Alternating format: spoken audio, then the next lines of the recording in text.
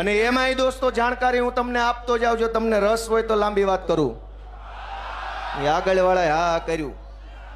હવે ઉભા રહો, આગળ વાળા ન બોલતા. વાહે વાળા રસ છે, એને રસ છે. દોસ્તો વિધાનસભામાં તમને બધાને એમ થાય કે સરકારને વિધાનસભામાં પ્રશ્ન પૂછીએ કે આમ કેમ છે ને તેમ કેમ છે. હું તમને ન્યા શું ખેલ હાલે છે એ કહેતો જાઉં. ભાજપનો એક ધારાસભ્ય નહીં કે નકર ટિકિટો કપાઈ જાય. ન્યા શું હાલે છે હું તમને કહું કે ગામના તલાટી મંત્રીને કે અહીંયા વોર્ડ લેવલના નાના એવા અધિકારીને તમે બે પ્રશ્ન પૂછો ને તો કોઈ તમને જવાબ આપવા તૈયાર નથી. હાહુ કરે એવા વડકા ચાલુ કરી દેશે.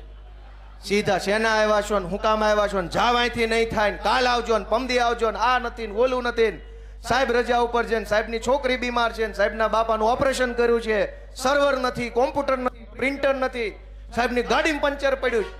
અનેક બાના કાઢે પણ તમારું કામ ન કરે.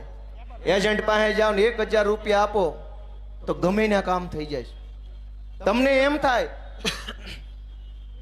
કે હું અહીંયા તલાટી મંત્રીને કે વોર્ડ લેવલના અધિકારી હારે ચર્ચા કરું તો એ તમને જવાબ ન આપે.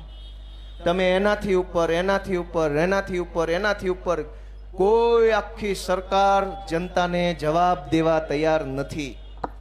છેલ્લે એમ થાય કે વિધાનસભામાં ગોપાલભાઈ ઇટાલિયા જેવા ધારાસભ્યો પ્રશ્ન પૂછીને સરકારને આમ ઘેરી લે. પણ ન્યા શું નિયમ છે કે એક ધારાસભ્ય 3 પ્રશ્ન પૂછી શકે.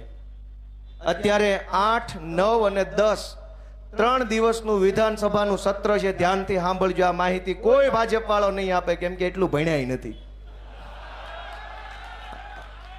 આપણા છોકરા કરતા ઓછું ભણેલા ને આપણા છોકરાની માથે બેહાડ્યા છે. આની આ જ સરકાર જો પટ્ટાવાળાને ભરતી કરે તો 8-5 ફોર્મ નથી ભરી શકતા. આની આ જ તે ભાજપની સરકાર જો કોન્સ્ટેબલની ભરતી કરે તો 10 પાસ એમાં ફોર્મ નથી ભરી શકતા. સરકાર કોન્સ્ટેબલ 12 પાસ બનાવે છે પણ મંત્રી ગમે એવો હાલે છે. તમે વિચાર તો કરો. એને ખબર છે કે આ નો હાલે તો જ એને નિયમ બનાવે. સરકારે જ નિયમ બનાવ્યો 10 પાસ નહીં હાલે, 12 પાસ જ જોશે. એની સરકારને પાછો મંત્રી ગમે એવો હાલે છે. દોસ્તો હું વિધાનસભાની વાત કરું છું. એક ધારાસભ્યએ 3 પ્રશ્ન મહત્તમ પૂછવાના સરકારને. હું 3 લાખ લોકોનો પ્રતિનિધિ છું. મને મત મળ્યા છે 75,000, પણ મને મત ન દીધા હોય, મતદાર યાદીમાં નામ હોય, એ બધાનો પ્રતિનિધિ હું છું. 3 લાખ લોકોનો પ્રતિનિધિ છું. 3 આખા તાલુકા અને 1 અડધો તાલુકો, 3.5 તાલુકાનો પ્રતિનિધિ મને બનાવ્યો છે. મારે હું ખાલી 3 જ પ્રશ્ન